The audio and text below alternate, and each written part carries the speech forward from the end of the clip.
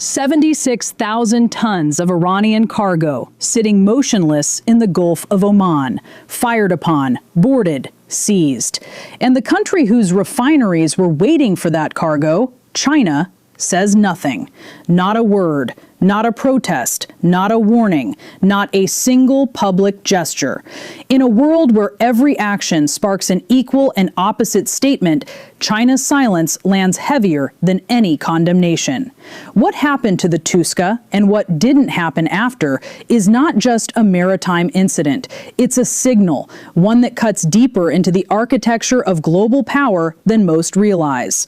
Most people have already forgotten the Tusca, headlines have moved on, and the news cycle has spun forward. But the silence left behind is not absence. It is presence. It is the presence of a decision made in a back room in Beijing, calculated, measured, and delivered as nothing. The silence is not diplomatic caution. It is not strategic ambiguity.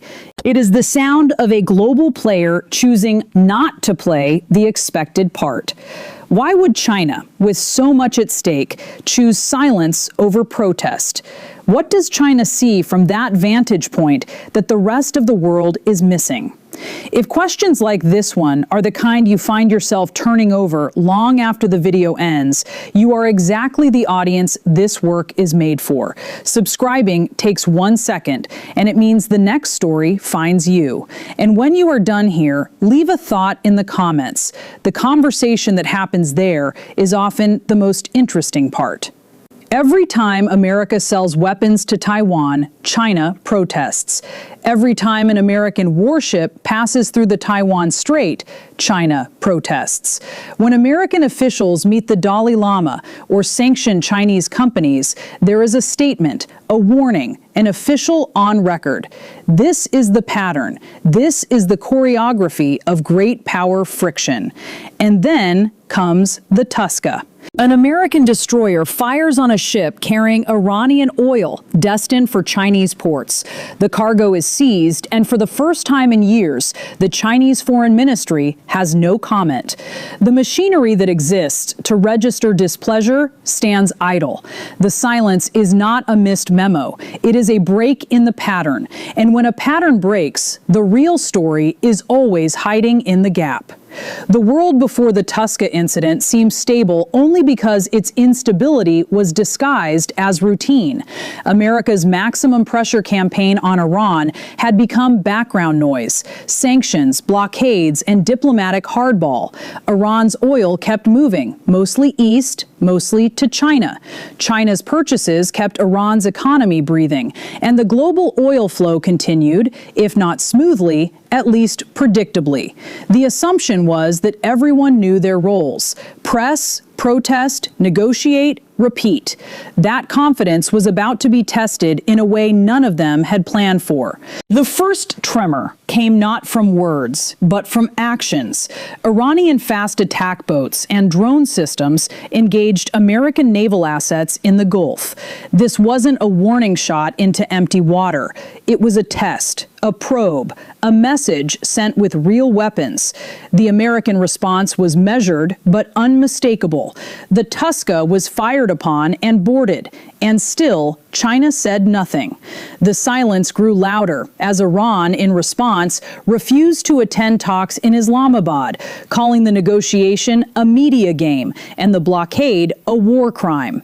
Iran's military command crossed from rhetoric to operational language. They did not simply say they were angry. They said they would respond and retaliate. Yet, as this escalation played out, China's silence did not waver. It became the axis around which the rest of the crisis now turned. What came next would prove that everything the analysts had assumed about this situation was built on a foundation that was already crumbling. While the world watched the diplomatic theater, China was quietly making moves of its own. State refineries received government instruction to reduce reliance on Middle Eastern spot purchases. Strategic petroleum reserve facilities reported inflows. Chinese shipping insurers quietly recalibrated their risk models for Gulf of Oman transit. Not one of these decisions was announced from a podium. Each was a brick in a wall being built, silently, silently for a possible future crisis. At the same time, Iran halted its $13 billion petrochemical export sector, redirecting resources inward. Both countries turned inward. Both adjusted their economic exposure. Both reduced their dependence on the American-controlled trading system. These parallel moves did not make headlines, but they are the real story, the choreography that matters more than press conferences or official statements. There is a pattern here, and it is not new. The cornered state pattern emerges when a country under maximum pressure decides that surrender no longer buys survival. When Gaddafi gave up his weapons in 2003, it was because he believed a deal would let him remain in power.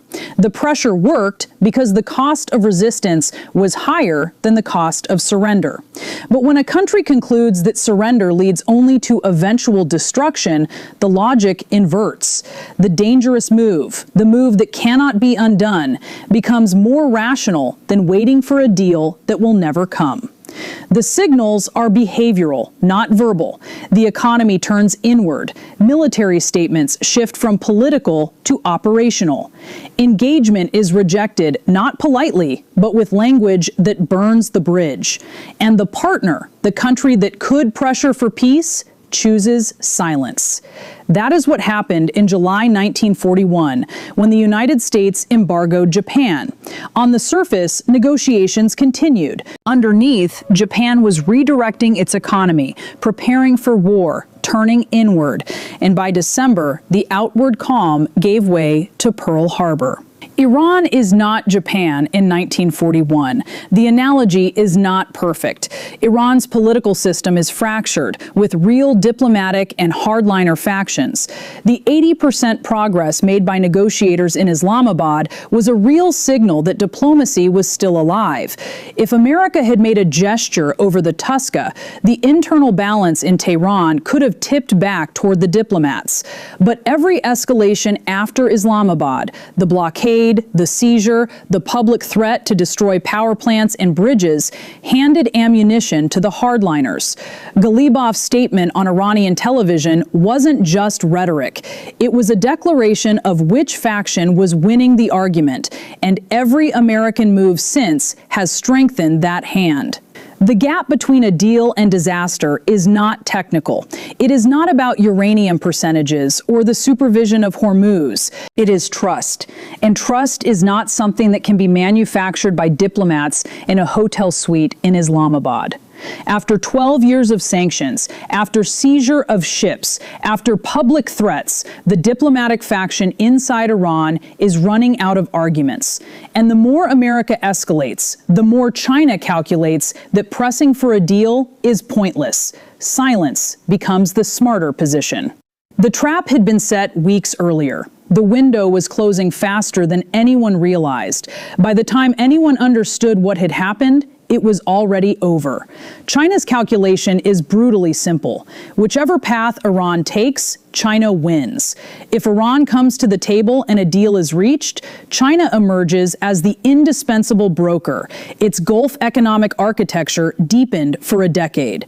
If Iran chooses confrontation, China's 1.2 billion barrel strategic reserve, built with sanctioned oil, gives it 120 days of supply, enough to ride out the initial crisis. China has built the infrastructure to survive exactly this scenario. The dark fleet moves sanctioned oil invisibly. The yuan payment network bypasses SWIFT. The teapot refinery system processes crude without exposure to American sanctions. The world's oil markets may panic. China does not scramble. The silence about the Tusca is the proof. That single decision set off a chain of events that most observers still have not fully mapped, and the consequences are still unfolding today. The breaking point is now. Iran has options left, but not many. It can mine the Strait of Hormuz, shutting down 20% of the world's oil flow. It can activate its proxies in Yemen and Lebanon, triggering simultaneous crises at 2 maritime choke points. It can make a uranium enrichment decision that forces every neutral observer to pick a side. Each move is asymmetric, costly, and irreversible. The American Navy, with all its power, cannot guarantee open lanes if Iran commits fully to closing them. And as CNN satellite images show, the tunnels that were supposed to be sealed are being cleared, underground, out of sight, where the next move will be prepared. In the immediate aftermath, 157.7 million barrels of Iranian crude remain at sea, 97.6% of it bound for China. The blockade turned back 25 ships, but not a single barrel destined for China has been stopped. Iran's petrochemical exports, worth $13 billion a year, are off the market, redirected inward. China's refineries have reduced their exposure, and the strategic reserve is topped up. The ledger is stark. America has used every tool in the maximum pressure arsenal, but the theory that once worked is fraying. The outcome is not negotiation. It is a world where the cost of every move just went up, and the next miscalculation could trigger a cascade beyond anyone's control. Short term, the global oil price is a live wire. Medium term, every country that relies on the security of open sea lanes is now recalculating risk. The events that did not happen, an Iranian delegation arriving, a reopening of exports, a Chinese statement of protest, are as consequential as the ones that did. The next dominoes are lined up. If Iran's diplomatic faction loses the internal fight, and if China maintains its silence, the pattern says the dangerous move is almost inevitable. What remains is not a summary, but a question. The logic of pressure, the mechanics of alliance, the reality of trust, all are being tested in a crisis where signals matter more than statements. The question worth sitting with is not whether this outcome was avoidable, but whether any institution involved had the incentive to prevent it. Share what you think in the comments. The story is not over. The Tusca sits in the Gulf, silent but not forgotten. China's answer is already built into 1.2 billion barrels of oil waiting in reserve. The next 48 hours will show whether the world reads signals or just statements. And as the silence stretches, the cost of misunderstanding that signal grows heavier by the minute.